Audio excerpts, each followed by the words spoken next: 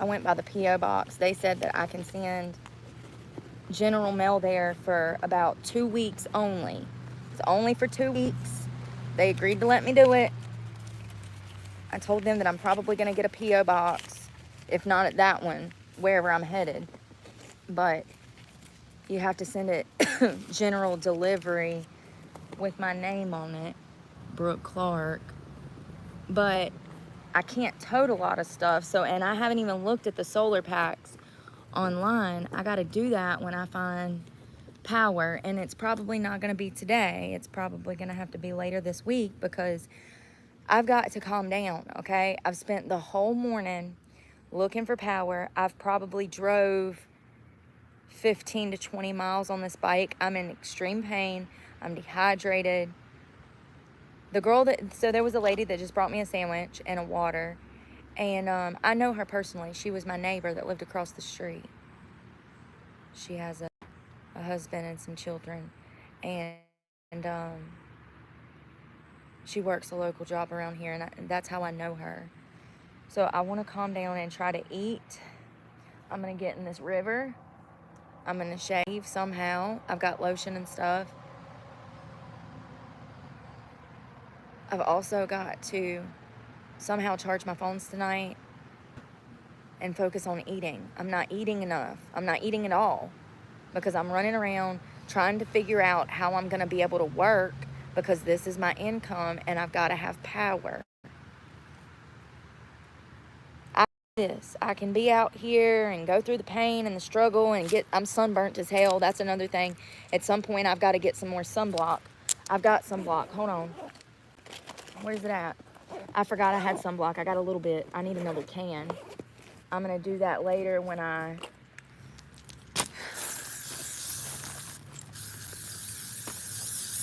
it's the tops of my arms mainly, and my nose and my face. Damn, that shit stinks. That can't be good for your skin if it smells like damn car starter or something. God, even the backs of my hands. All right. My chest and stuff I don't really care about.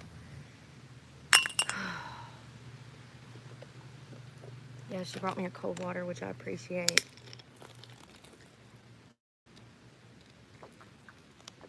And a sandwich. It's hard to carry water on you because the book bag is already so heavy, so it's hard. And my appetite is not here. I'm not hungry. I got this sandwich and I'm gonna eat it, but my appetite is just trash. Once I figure out a power source, my next plan of action is to figure out how to hide supplies. I need a case of water. I need, snacks in a bin, probably some kind of Rubbermaid container. I need to be able to leave half of my book bag behind, like dry clothes. I don't want to be toting this stuff all the time. I need what they call like a jump off spot. That's what they call it. I need a jump off spot. Oh, it's the wind. Buying water for $3 a water. If you go and get an Aquafina at the gas station like this, it's $2 or $3. A case of water will run you $4 or $5. The issue is where do I put it? Where do I put it? I don't have mom and daddy's house I can store it at. I don't have a friend's house I can store it at. And even if I did have somewhere like that, it wouldn't be like in the city, maybe, if I knew somebody. But do you see what I'm saying? Do you see my dilemma? What am I supposed to do? Buy a case of water and tote it around in a book bag? I don't even have room, and I have nothing but essentials. This gets to be more expensive, and this also explains why people buy drugs over staying sober. Methamphetamine is cheaper than getting your water for the day. And hell, with some meth, you don't need no damn water. You'll just easy breezy through life. That damn butane in the meth will just set your world ablaze, honey, and you won't even think about water or food. It's more expensive to be sober and homeless than it is to be a drug addict and homeless. Think about that for a minute, because it's a fact. It's a fact. I promise you. Methamphetamine is cheaper than buying food and water. And I'm not saying that's why meth heads are meth heads. I'm just saying Good thing the Lord has blessed me with sobriety.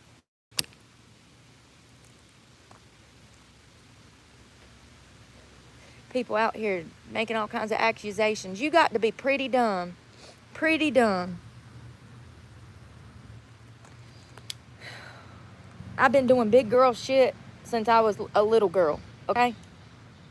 I think, given the circumstances of the economy, it's a miracle that I even made it this far, given, the job market has been shit for like 5 years. It started to go bad during COVID, and it's just progressively gotten worse. I think it's a miracle that I've been homeless for 2 years without a job, and I was able to pay my monthly bills, pay my monthly expenses, have a little bit of fun along the way, see some amazing places, meet some amazing people. I think I ain't even freaking worked a full-time job or anything like that in 2 years because of the economy. And somehow, despite it all, I was still able to pay my bills, take care of myself, focus on cultivating my spirit and soul, and that's what I've done. And that's what I want to continue to do. But this definitely complicates things. I'm over here paying damn $5 a container of protein. I've got three containers of protein, probably $150 or $120 at the very least of protein, and I have no way to make it. I got a blender bottle, I got all of that. But where am I going to put it? That's why, that's my next plan of action, I guess. That's what I'm saying, is I'm bitching and venting, and I'm sorry. I generalize too much. I'm a condescending bitch. I have a lot of mental health problems. I'm not making excuses. I need to be a nicer human, I know. Can I, maybe, I don't know, add a little bit of stability to my life, and then we can focus on that all that other stuff, please? Please. But for real, I guess my next plan of action, after I figure out power in today and make it through today, my next plan of action is going to be figuring out how to store supplies so I'm not riding 20 miles a day on a bicycle in the damn southern heat. Southern heat. I'm in the shade right now. Thank you, Jesus. It's actually kind of cool over here. That's what I'm saying. If I can get supplies in one damn general area, get a rhythm going of having power, and get a rhythm going of being able to slightly maybe take a little bit of whore baths here and there, bird baths. If I can figure that out, things will get better. But your bare necessities, the bare necessities, them general necessities. If you can get that figured out, things will be easier. And you have a better chance of success. Just like when these recovering addicts come into rehab, everybody wonders why the system's failing, why the system's broke. Well, let me tell you, rehabs are broken. All systems are down. They don't even meet these patients' basic needs. They don't even get them rest and fed and water in them and get them rehydrated before they're trying to just collect funding for them. Yeah, and get them out the door. I mean, imagine being in a rehab and you can't even get a cup so that you can get yourself some water.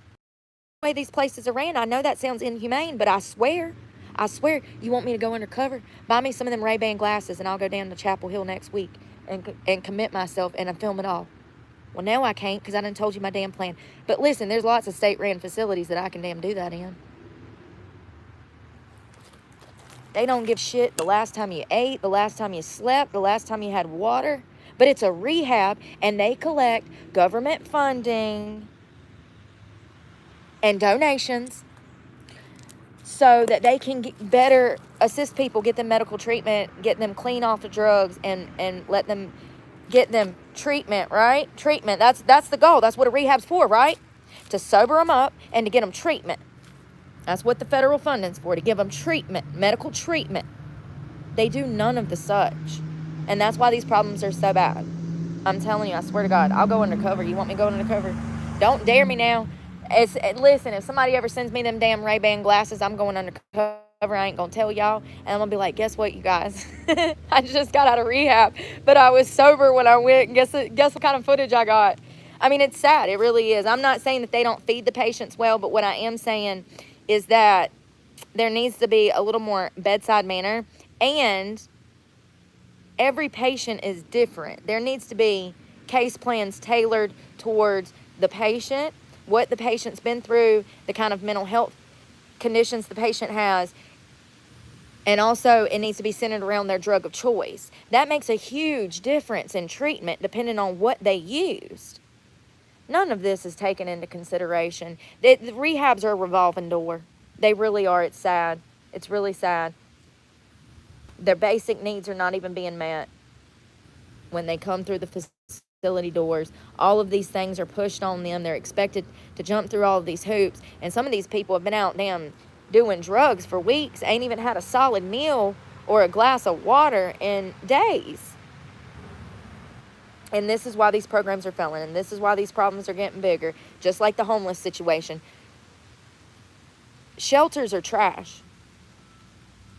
General society, most of society believes that there are shelters and domestic violence rescue centers set up to help people in my such situation, but I can assure you that there is so many of us out here. If you do find one of those resource centers, shelters, whatever, they are at such max capacity that if you're anything like me and you're, an able-bodied person, you're better off figuring this out on your own, because there's people that actually have children, women that have children, there's fathers, single dads that have children. They need that shelter space more than I do.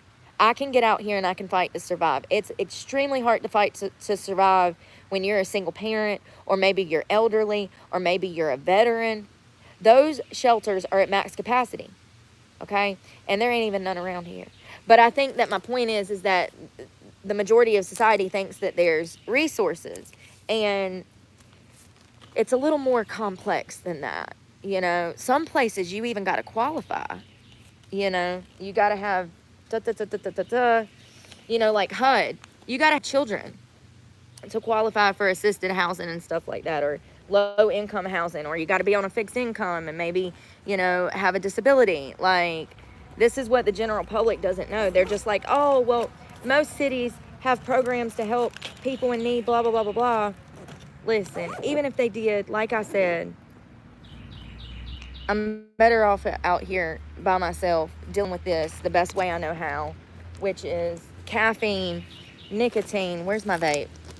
Everybody giving me shit about smoking. Homie, you get to live in an air-conditioned house. If cigarettes is the last thing I got left out of everything I've lost, shut up. And how many times did I say I wanted to quit smoking, y'all? I'm about to move this back. How many times did I say I wanted to quit smoking? They just got to point out what I'm doing wrong. They can't say, oh my God, I would die if I had to bicycle 10 miles to get cell phone service, and then I get there and they done cut the power off and I can't even charge my phone. No, they just got to point out that I smoke nicotine. And I want my followers to know that actually support me. This is how it's always going to be. So fuck them and live your life, and fuck them. Because they always going to point out your faults. Like I said, you can have 364 amazing days where you contribute to society, you pay your taxes, you're a hardworking, contributing member. But that one day, you have a bad day, and you might make some poor choices. You might say some shit you don't mean. You might pop a few caps and some kneecaps. And that's all that society will ever remember. That one bad day of that year that you have. Them 364 wonderful days, they'll never remember that. So you got to live your life. Fuck the haters. Do what's best for you. I think that they're,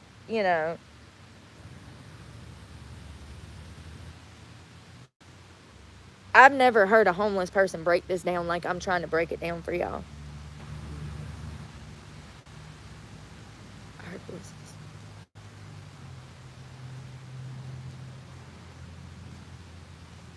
Yeah, there's somebody coming down here.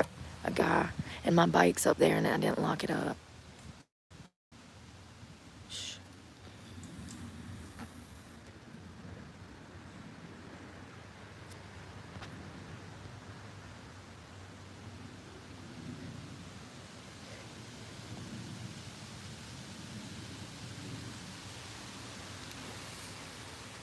He looks pretty harmless, but you never know. Ted Bundy did too, and look what he did. Ted Bundy did too. He's on the phone. He's minding his business. He went the opposite way. I don't think he's going to steal my bike. I don't think he's going to steal my bike. yeah, I've never like, I didn't know that like homeless people, like their back was hurting from their book bag. And I mean, y'all look, it's bare essentials: almonds, little bottle of shampoo, sunblock, toothpaste, cell phones, Q-tips, sandwich, almonds. There's toothpaste, toothpicks, water. I mean, all of this stuff is essential. Vape pods, ibuprofen, razors, hydration pods, ibuprofen. Like, it's not anything that I can really get rid of. A knife. I did get some carabiners. I was going to try to hang some stuff on here. All of this is necessities, you know, and it's heavy and it takes a toll on your darn back. That's what I'm saying. As I'm going through this, I'm trying to reiterate the physical aspects of this, because if you're elderly, it's going to be impossible the older you get. And I'm an able-bodied person. I'm 37 and I work out quite frequently. I actually have some muscles. Well, let me take a picture now before they're gone in 3 weeks. Sorry, I haven't shaved in a week. I'm homeless. I'm not one of them tree-hugging hippies. I mean, I love trees, and I used to be a hippie, but I shave my armpits. I'm a modern cowgirl, okay? Modern cowgirl. But for real,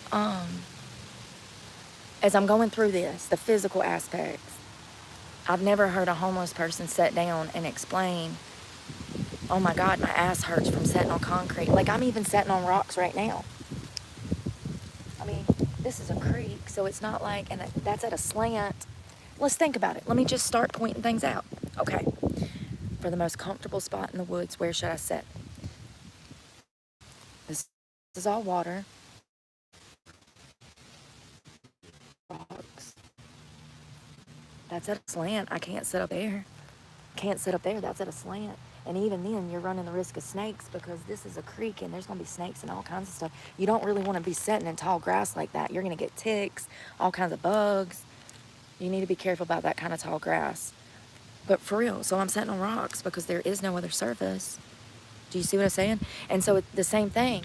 When you go to your local Walmart, if you live, the richer the area you live in, the more park benches, trash cans, amenities you'll see, restrooms. But if you live in a small town or a town that's maybe not so good side of town, you're going to see less of those amenities, because they don't let homeless people on the good side of town. You know, it's hard to explain. I know what I'm talking about though. As I'm living through this, I'm talking about my back hurting, my feet hurting, showing y'all the blisters, showing y'all the sunburn, showing y'all how heavy the bike is. You know, another thing that I noticed today is when cars go flying by and I've got this weight of this book bag on me and I'm on that bike, when the cars go flying by, it shifts your weight, and you could get serious. You could die like that. You could absolutely die that way. Absolutely. If it's multiple cars in a row and one goes by really fast and they're really close and the wind knocks me off my feet, I could fall down in front of the next car and die. And I'm pretty sure I could find a news story of some poor homeless person that's already died that way. Remember when I told y'all that I went and found 3 news articles in the past year of impalement by beach umbrellas? Listen, since the beginning of time, people has been finding the craziest ways to die, honey, okay? She drowned in a mud puddle. How? She said she was going to wash the car. I saw her in the driveway with the